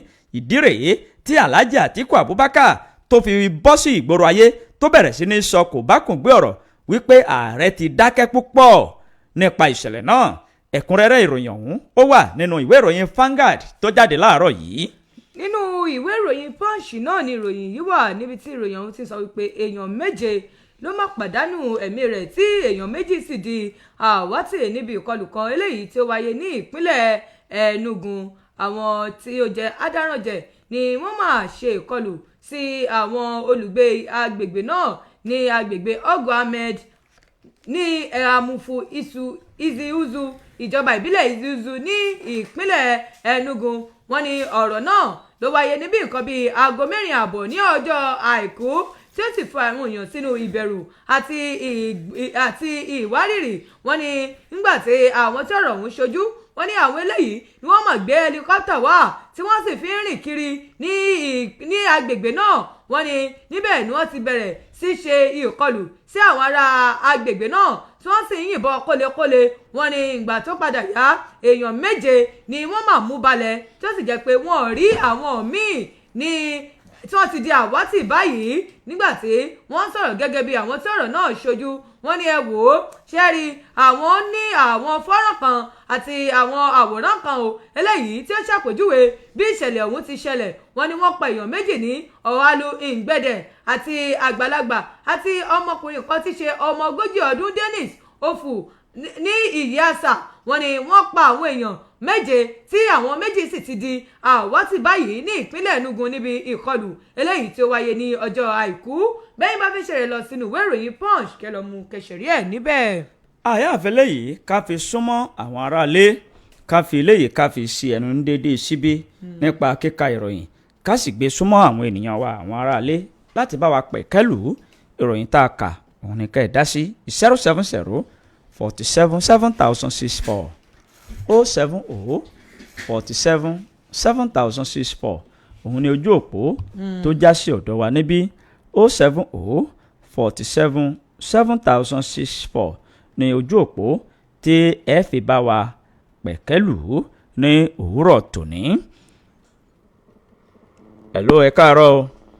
Hello, ẹ káàárọ̀ sà. Ẹ káàárọ̀ sà Mr. Abdulrasheed. Abdulrasheed agenda láti àgbẹ̀ ọ̀dọ́ lọ́fíìsì àlejò ìṣáájú. akọ̀rọ̀ ló sà máa wà nídàámú ẹgbẹ́ ọlọ́run ní sẹ́yìn níbàjẹ́ oríṣi níbàjẹ́ ń bẹ̀ ọ̀rọ̀ kan ọmọ kan náà. Àmín o.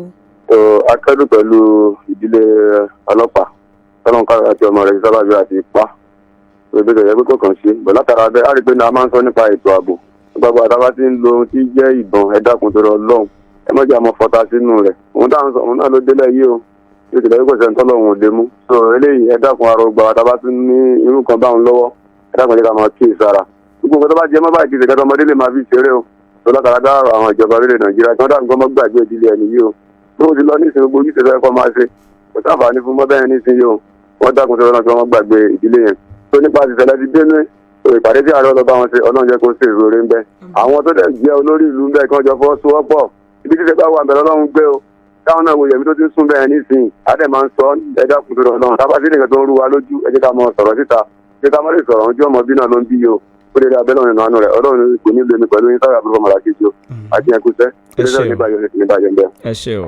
proceed agenda láti ìlú Ṣakí 070 47 7064 lójú òpó tó já sí ọ̀dọ̀ wa níbí 070 47 7064 ẹ̀lú ẹ̀ kú ojúmọ́ o. hello ẹ ti wọlé o. hello àwọn hello 070 wọ́n ti wọlé ṣùgbọ́n wọn ò sọ̀rọ̀ 070 47 7064 lójú òpó tó já sí ọ̀dọ̀ wa níbí ẹ̀lú ẹ̀ káàárọ̀ o. ẹ yí rédíò yín sílẹ̀ o. Hello. Hello à ń gbọ́ yín ẹ káàárọ̀. Ẹ káàárọ̀. Ẹ káàárọ̀ sà orúkọ yín. yẹ́sà ẹ̀rọ àṣà ẹ̀jẹ̀ tó ẹ rí àwọn ètò ààbò orúkọ mi ní Adémọ́lá Adéfàbí láti Ìṣẹ́yìn. láti ìlú Ìṣẹ́yìn à ń gbọ́ yín sà. láti lè Ìṣẹ́yìn. ẹ rí ẹ dákun ẹ bá wa bẹ ìjọba àpapọ̀ ohun tí ń ṣẹlẹ̀ yìí ó ń tó àpérò ọmọ eriwo gbogbo ẹ̀mí ó máa ṣòfò báyìí kí wọ́n máa pààyàn wọ́n tún náà wọ́n lọ bá wọn ṣèpàdé ìpàdé kí ni wọ́n lọ bá wọn ṣe ìpàdé kí ni. ìpàdé àlàáfíà wọ́n lọ pé wọ́n fún wọn bá irú ìpàdé wo wọn ò fún àwọn elétò ààbò wọn yọ̀ǹda nǹkan ìjà fún wọn kí wọ́n fún wọn ní nǹkan ìjà tó lágbára tó lè ṣiṣẹ́ lójú òfurufú ẹ tún gbọ́ nísìnyí láàárọ̀ yìí wọ́n sọ pé àwọn lọ́kàn wọn lọ gbé ọkọ̀ òfurufú ẹ rí pé nǹkan ń bọ̀ wá Nàìjíríà wọ́n gbé ọkọ̀ òfurufú wọ́n fi ń lọ káàkiri tẹ́rí báyìí wọ́n tún pààyàn mẹ́rin wọ́n pa ọgọ́rùn-ún méjì èèyàn ẹ bá wa bẹ̀ wọ́n ẹ dákun torí Ọlọ́run wọ́n ṣèrántí ìdájọ́ Ọlọ́run ẹ ṣé o wá pẹ̀lú wa. àmì ẹ ṣé o láti ìlú Ìṣẹ́yìn 070477064 lójú òpó tó já sí ọ̀dọ̀ wa níbí. Isiaq Raji wọn ti kí wa lójú òpó ayélujára Ismail Mumini Moyosade Street Taiwo Fọlọ́runṣọ́ Wàsíù Moshood Báyìlábù Abdulhamid Olówó Àgbáyé wọn ti kí wa Tijani Gisal Ọdún Ayọ̀ Ismail Ayuba hello. Hello, ẹ káàárọ̀. ẹ káàárọ̀. ẹ ní sìròyìn kàlágbára Ọlọ́run. àmín. ọjà sọ́fí àyìndú láti ládọ̀gán nílùú Ìṣẹ́yìn. ẹ káàárọ̀. Ọlọ́run kò máa fìfẹ́ rẹ̀ sọ wa. àmín. Ọlọ́run sì máa dáàbò rẹ̀ bò wá. ọ̀rọ̀ tí ọlọ́pàá yẹn ni èmi fẹ́ dá sí. tẹ́rí gbogbo ohun tó bá ti lè fa nǹkan wàhálà béèyàn tí yẹn bá ń gbé wọlé. ẹ jẹ́ ká máa ṣọ́ra dáadáa. irú ọmọ tó ṣiṣẹ́ yìí ní ṣe ètò ní ṣéèkì náà ló jẹ́ àmọ́ ọwọ́ bàbá yìí náà ló wà. ẹ mọ̀ pé ńgbà tí bàbá ti mọ àlè kókó yọ ta fóun bẹ́ẹ̀ torí iṣẹ́ wọn ló gbà bẹ́ẹ̀. àmọ́ fún wọn tí ẹ bá ti ń gbèrú nǹkan bẹ́ẹ̀ yẹn wọnú ilé kó mọ ibi tí ó máa gbé sí ká máa ṣọ́ra dáadáa.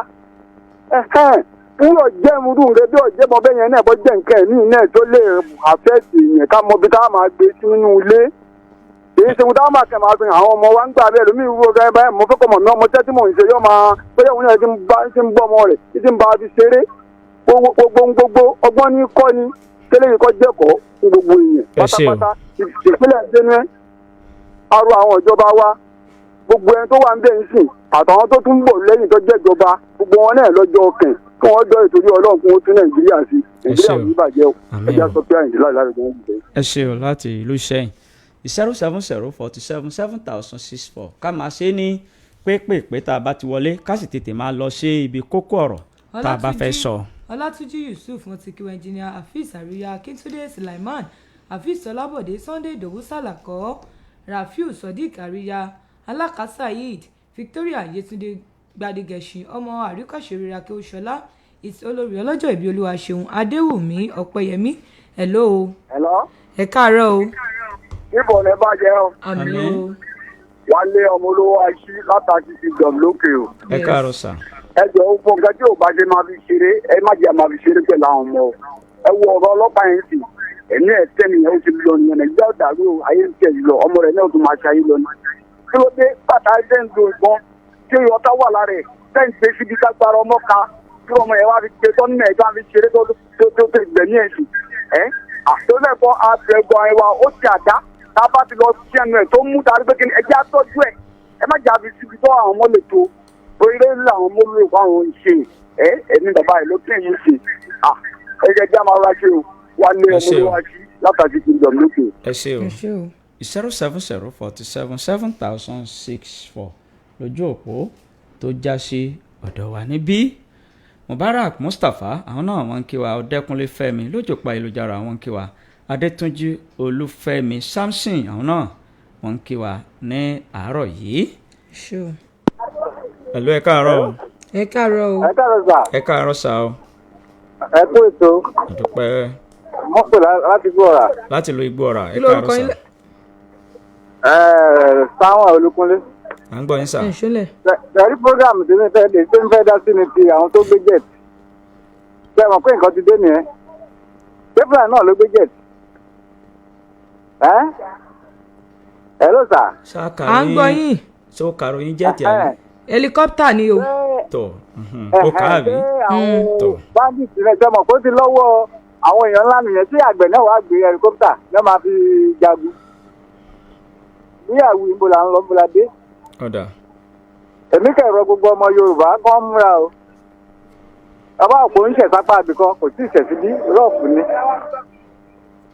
tó Nàìjíríà ò ní bàjẹ́ o Ọ̀yọ́ State ò ní bàjẹ́ o. àmì o ẹ ṣé o ẹ ṣé o 070477064 070477064 lójú òpó tó já sí ọ̀dọ̀ wa níbí. hello ẹ káàárọ̀ o. hello. ẹ káàárọ̀ orúkọ yín o. ẹ kú ojúmọ́ o. ojúmọ́ ni ẹ káàárọ̀ o. látọ̀yọ́ aláàfin ni o. ẹ káàárọ̀ sà. látọ̀yọ́ sà. Fatai Abiodun ni. à ń gbọ́ yín sà. ọ̀rọ̀ tí mi fẹ́ dá sí ibi ti ọkùnrin òṣìṣẹ́ báńkì yẹn yàrá bí a ṣe máa jáde ẹni gbogbo báńkì yàrá pé tẹ́yìn ọba mọ àṣírí bí owó ṣe wọlé báyẹn nísìnyí yàrá pé babalá wàhálà ni ẹgbẹ́ yẹn sẹ́ndí 2 million sọ wàá lọ fún ní fake alert sọ yẹ kó rí báyẹn kọ́lọ́mọdé Nàìjíríà ọba jẹ́ o bí gbogbo ẹ ṣe máa rí káàkiri nìyẹn o kọ́lọ́mọ tún Nàìjíríà ṣe. àmín ẹ ṣé o 070477064.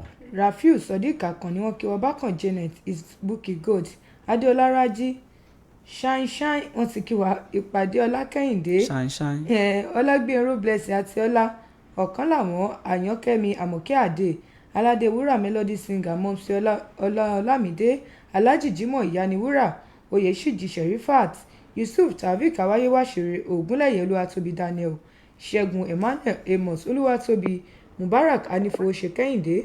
hello. hello ẹ kú iṣẹ́. hello ẹ káàárọ̀. ẹ káàárọ̀ sà Ọlọ́run ó mọ fún yín ṣe o. àmín. ẹ ní ṣìṣe o. àmín. Àmdá Yusuf ló ń sọ̀rọ̀ látọ̀yọ́. yes sir. ẹ káàárọ̀ sà. Aláàfin. yes sir. Ọlọ́run ó mọ ràn yín lọ́wọ́. àmín. ẹ jọ̀ọ́ nípa òṣìṣẹ́ báǹkì yẹn báwo ni wọ́n ṣe jẹ́ ti fake alert. ẹ bá wa ṣiṣẹ́ lórí ẹ̀ bí wọ́n ṣe jẹ́ di fake alert. Yorùbá ní iye yín tó tó ayé pẹ́ni tí ò mọ nǹkan kan nípa kíní yìí ni owó yẹn lọ gbé nìyẹn o. owó yẹn lọ gbé nìyẹn o 2 million for ó pọ̀ kọjá kí ẹni tó sẹ́ǹdì owó mọ̀rú ìyà tó jẹ kó tó sẹ́ǹdì owó o. Ọlọ́run wà pẹ̀lú yín o. àmín o. ẹ ṣé o 070477064 kágbé ìpè ẹyọ kan sí báyìí 070477064 ẹ lọ ẹ káàárọ̀ o. ẹ káàárọ̀. ẹ káàárọ̀ orúkọ yín o. obìnrin ẹnìkan ló ń pè látòfìkì. ẹ káàárọ̀ sà. ọ̀rọ̀ tí Abubakar first president tẹ́lẹ̀ sọ ni mo fẹ́ dá sí. ọ̀ya pápápá. ọkùnrin gbogbo wàhálà àti làálàá rẹ̀ yóò yẹ kó ti dópin. wọ́n ìkẹ́kẹ́sẹ̀lẹ̀ níjẹta president gbéra láti lọ síbẹ̀ lónìí ó fẹ́ lọ bìkan kò lọ mọ́ o tún ní ògbégbèsè irú gbèsè ló ti fẹ́ kó gbé olúwa máa rìn wá lọ́wọ́ o ẹja sinmi ọ̀tá tó gẹ́. ẹ ṣé o. tó abala ìròyìn àjímọ́ná ó ti fi orí tì síbì kan báyìí ká lọ sí abala fìjìláńtẹ́ ìgbà tá a bá padà dé ní ìṣẹ́mi díẹ̀ mú kékeré yìí a ó wá bọ̀ sí abala fìjìláńtẹ́ à ń kí yín pípẹ́ ẹ kú ìtẹ́tígbọ́ wa káàkiri ibi tí ẹ ti ń wò wá àti ibi tí ẹ ti ń gbọ́ wa àmọ̀rírì yín o ẹ ṣeun púpọ̀. bí kìnìún bá bú nínú igbó tìgbó ti jù á mì tìtìtì Sip 89.1 FM ẹ máa gbọ́ wa nìṣó. lèkélèké gbàràdá aláṣọ funfun Sip 89.1 FM rédíò tó ń ṣe ìgbélárugẹ fún ìdókòwò ọba gbogbo wọn. rédíò wo ló mi ìlú mi lẹ̀ títí Zip FM sá lórúkọ rẹ̀ tó jẹ́ owó Ọlọ́run ló fi wá ságbà ọ̀jẹ̀ níbi ká ṣètò tó nítumọ̀ àwa ni ìròyìn àsìkò tí ò láfiwé àwa ni àṣà ẹ̀fẹ̀ ìmọ̀ràn tó wà pa àwa ni eré ìdárayá lóríṣiríṣi àwa ni orin àti ìlú tó dùn tó ṣe gbọ́ létí àwa ni ẹ má forí adẹ́tùwé tàti òru láyé olókìtì bí ọbọ̀ òsì nígbò Zip Zip FM ṣáwáṣá lọ́gà ẹgbẹ́ fún. Tẹ́ bá polówó ọjà yín ní Zip FM yìí tó dájú. Wàràwàrà lọ́jà yín máa ta ó tó dájú. Zip FM ló ń bilẹ̀ máwọn tí ò yé. Tí wọn ò mọ̀ tẹ́lẹ̀tẹ́lẹ̀ báwa ṣàlàgbádé fún o. Zip FM ló ń bilẹ̀ máwọn tí ò yé. Tí wọn ò mọ̀ tẹ́lẹ̀tẹ́lẹ̀ báwa ṣàlàgbádé fún o. Ìsí àlọ́kè òun ṣàlàmú lẹ́sìn. Kébí wọn dà mọ́ fọwọ́ sọ̀yà. Bóun ṣàlàyé ń gbà o. 89.1 ṣe bá wà ṣàlàgbà wọn. Zip FM ló ń bilẹ̀ máwọn tí ò yé. Tí wọn ò mọ̀ tẹ́lẹ̀tẹ́lẹ̀ báwa ṣàlàgbádé fún o. Zip FM 89.1 àwa yàtọ̀ sáwọn rédíò tó ń dún sínú. Ọpẹ́ o Ẹ̀wẹ̀rò ní junction. Orí ìyá mi o ó kéré jù máa rí méjì gbé fún bàbá ìlàlẹ̀ yìí ọbẹ̀ sọ owó ti dé owó tabua gòsàn ọmọ pẹ́ no stopping.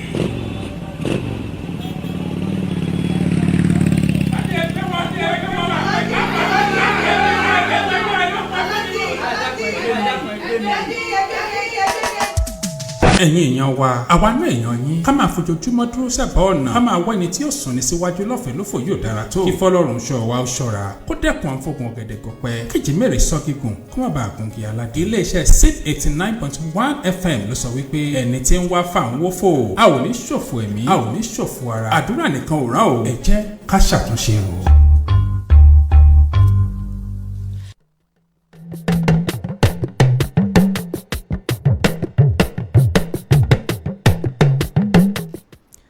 ẹ káàbọ̀ padà láti ibi tí a ti lọ sókè lọ́hùn-ún abala tá a dé báyìí òun ni abala fìjìláńtẹ́ ọ̀rọ̀ nípa ètò ààbò ni à ń sọ lábala tá a wà yìí ẹ jẹ́ ká jọ sọ ẹ jẹ́ ká pe àwọn olórí ìlú wa ká pè wọ́n sí àkíyèsí ká sì gbà wọ́n nímọ̀ràn tó ní ṣe pẹ̀lú ètò ààbò ká ta àwọn agbófinró wa ká ta àwọn lólobó kì í ṣe pé ká máa bú wọn torí pé iṣẹ́ ààbò kì í ṣe iṣẹ́ tí ẹnìkan lè dá ṣe àjọ fọwọ́sowọ́ papọ̀ sí ni láti jẹ́ kí ètò ààbò láti jẹ́ kí ó dúró déédé bó ṣe yẹ kó dúró ẹ̀rọ ìbáraẹnisọ̀rọ̀ tẹ́ láǹfààní láti pè wá sí òun náà ni 070 47 7064 070 47 7064 lójú òpó tó já sí ọ̀dọ̀ wa ń bí.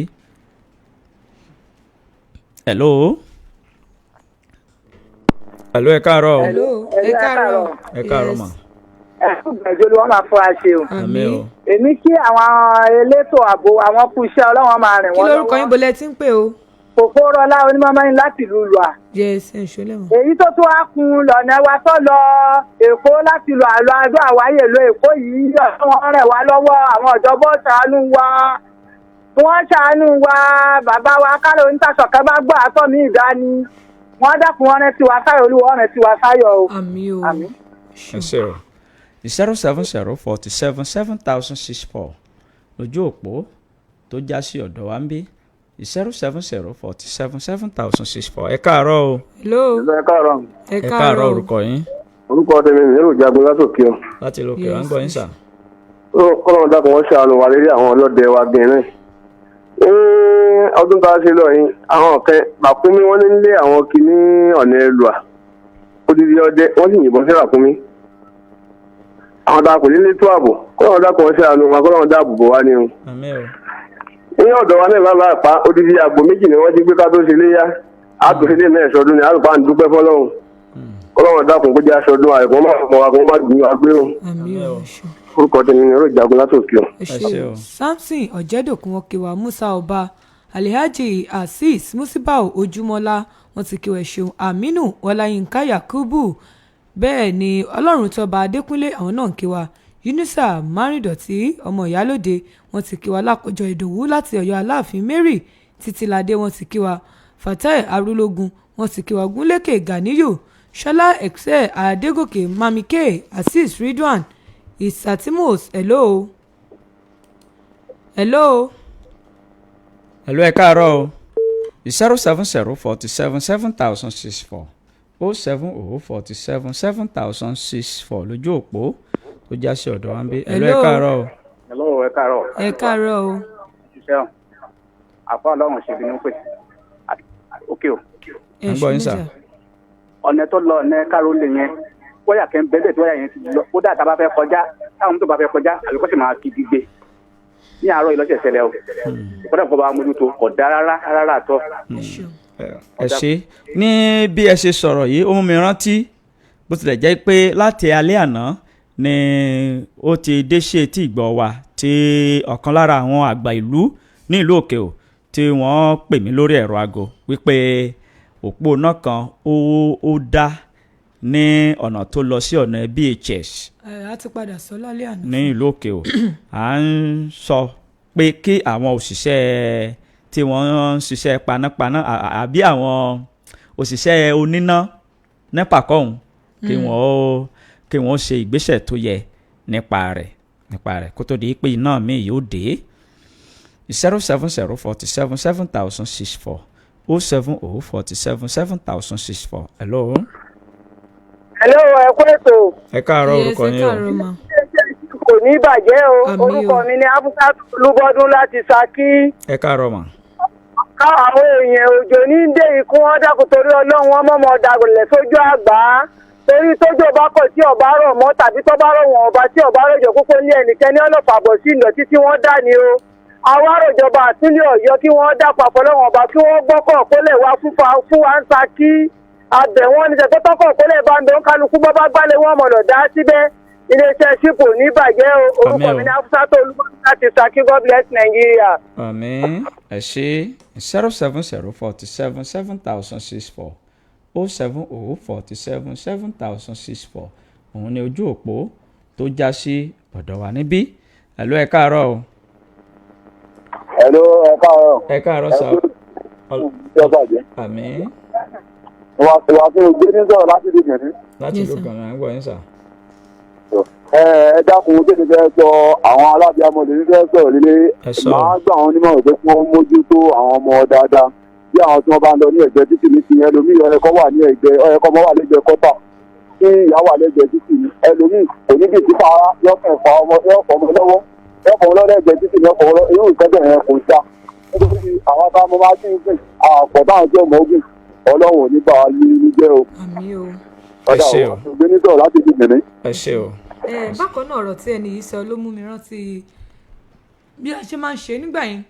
Ìwọ tó o bá ń lọ bí káyà sọ pé à ń lọ sí ọ̀nà oríta ń sìn ó gbọ́dọ̀ kẹ̀yìn dá mọ́tò wàá fèsì mọ́tò tó bá ń bọ̀ wá ni èyàn ò gbọ́dọ̀ kẹ̀yìn dá ọkọ̀ tí ó bá ń bọ̀ èyàn ó fèsì ẹni nítorí ẹ̀ngbà yẹn ta wà níléèwé ìwọ tó bá lọ gba ọ̀nà tí ẹ̀ kó gbà bóyá left ló yẹ kó gbà tó bá ń lọ school tó bá gba right ó ti láwọn tí ó máa kọ orúkọ ó kàn rí pé wọ́n ó pe orúkọ ẹ jáde ní assembly pé ẹ gba wrong way ọ̀nà tí ò yẹ kẹ́ gbà títí ìjọba náà ni o ṣùgbọ́n tí ní bá ṣe tọ́ nítorí ètò ààbò ẹ dákun torí ẹ jẹ́ ṣàmójútó rẹ̀ àwọn mọ́tò tí bá ń bọ̀ ó yẹ ká fèsì ẹ̀ ni kò yẹ ká kẹ́yìn dá mọ́tò tí ó bá ń bọ̀ tá a bá ń rìn mi ò mọ bí mo tún ṣe fẹ́ ṣàlàyé rẹ̀. when you are going keep right. wọ́n ní you face the incoming vehicle tí èèyàn bá tún lọ náà ó ti ní bí. ó keep left tó bá ń bọ̀ láti mọ rí àwọn ọkọ̀ tó ń bọ̀ wá kọlọ́run kó ṣàbò wa. a ní láǹfààní láti gbé ìpè kankan mọ́ báyìí níbí náà láti ti fi ẹnu kìíní ọ̀hún láti fi ẹnu àkà láàfin kọ eléyìí náà la ṣe ń kí alákàṣàyèd ènìyàn wa wọ́n ní òní lọ́jọ́ ìbí àwọn kí Ọlọ́run kó jẹ́ kí wọ́n ṣe ọ̀pọ̀lọpọ̀ ọdún láyé kọ́dún eléyìí kó má sì jẹ́ àṣemọ láṣẹ Ìdùmarè ìgbéga àti ọlá láṣẹ Ọlọ́run aláwòrábí a máa fi léyìí a máa fi ṣe lọ lórí ìròyìn àjímọ́ná fún títí òwúrọ̀ òní àbíbò ni. bẹ́ẹ̀ ni ẹ wo níyàn ṣe òwò ọlọ́bẹ̀ ṣe gbogbo ẹ̀yin tí ẹ fìfẹ́ bá wa jẹ́ náà ẹ kú àìbínú tó bá ti di aago 11 sí aago 12 ìpàdé wa lórí SIP Entrepreneurial Forum tí aláṣẹ àti olùdásílẹ̀ iléeṣẹ́ wa tí wọ́n máa ń ṣe fún wa ní gbogbo ọjọ́ ìṣẹ́gun àwọn tó ń fọ́lò ètò náà wọ́n pọ̀ torí pé ó máa ń kọ́ wa ní oríṣiríṣi ẹ ti mọ̀ pé láti bí ọ̀sẹ̀ mélòó kan sẹ́yìn sí a ti ń gbé àwọn akọ́ṣẹ́mọṣẹ́ nípa dókítà ní ọ̀sẹ̀ tó lọ àwọn tí ó jẹ́ láńlọ àwọn lọ́ọ̀yà wa la gbé wá tó bá wa sọ̀rọ̀ lórí ẹ̀tọ́ wa gẹ́gẹ́ bí ayálégbé àti ẹni tó nílé lọ́sẹ̀ yẹn já tún jọ pàdé àwọn akọ́ṣẹ́mọṣẹ́ mìíràn títí di ìgbà náà èmi àmà ní ká ní olówó lọ́rẹ̀ẹ́ nílò ọ̀rọ̀ sọ pé kò ta ní lọ́rẹ̀ẹ́ nítorí ẹ̀lẹ́mì ìtura ọmọdé nìjì ni mo ṣe ń fi àsìkò ìdágbére fún gbogbo ẹ̀yin olólùfẹ́ wa wípé ó dìgbà. Abẹ́rẹ́kẹ́rẹ́ Adégbìtẹ́ lórúkọ mi ẹ̀já pàdé tó bá di aago 6:30 sí aago 7:30 lórí ètò ọmọdé lólórin àwọn àgbà lónìtàn àbẹ̀rẹ̀kẹrẹ adégbìtẹ́ mọ̀ ń dágbére lórí ìròyìn àjímọ́ná fún ètò òwúrọ̀ òní wípé níbi orí mi ò tìlà ẹlẹ́dàá mi ò máa ṣáì gbèmí débẹ̀rẹ̀ dán ìpàdé wa yóò tún di ìrọ̀lẹ́ o ẹ kú kalẹ̀. bí kìnìún bá bú nínú igbó ti gbó ti jù á mì tìtìtì ship 89.1 FM ẹ máa gbọ́ wa nìṣó. ẹ tẹ́tí sí ìkéde pàtàkì yìí àgbáríjọpọ̀ ẹgbẹ́ ọmọ ìbílẹ̀ ìlú òkè o wọ́n fi àsìkò yìí kéde sí etí gbogbo ènìyàn wípé ìpàdé pàtàkì tó ṣe kókó yóò wáyé kó tó di pé fásitì ìmọ̀ ọ̀gbìn àti ìmọ̀ ẹ̀rọ èyí tí ìjọba àpapọ̀ tí wọ́n fi ìdí rẹ̀ kalẹ̀ sí ìlú òkè o kó tó di pé yóò bẹ̀rẹ̀ ìpàdé náà ṣe kókó bẹ́ẹ̀ ló ṣe pàtàkì púpọ̀ lórí ọ̀rọ̀ Federal University of Agriculture and Technology ẹni tó gbọ́ kó wí fún ẹni tí kò gbọ́ wípé ìpàdé àpérò ọ̀hún ó yẹ kí gbogbo àwọn ènìyàn àti gbogbo àwọn alẹ́nulọ́rọ̀ tó ń fẹ́ ìlọsíwájú fásitì náà kí wọ́n péjú pésẹ̀ síbi ìpàdé ọ̀hún ìpàdé náà ni yóò wáyé ní òní ọjọ́ Tuesday ọjọ́ 17 oṣù kẹfà ọdún 2025 17/6/2025 nínú Town Hall ìlú òkè o ní ìpàdé ọ̀hún yóò ti wáyé ní déédéé aago 10 òwúrọ̀ gbogbo ènìyàn lápè ẹ má ṣàláì wá o lábẹ́ ààrẹ ẹgbẹ́ ọmọ ìbílẹ̀ ìlú òkè o dókítà Sàláwù Kàṣálí Alárápé pẹ̀lú akọ̀wé ẹgbẹ́ ọmọ ìbílẹ̀ ìlú òkè o ọ̀gbẹ́ni Awójọbí Michael Adékúnlé ìlú òkè o kò ní bàjẹ́ láṣẹ Ìdùmarè a ó máa retí yín o.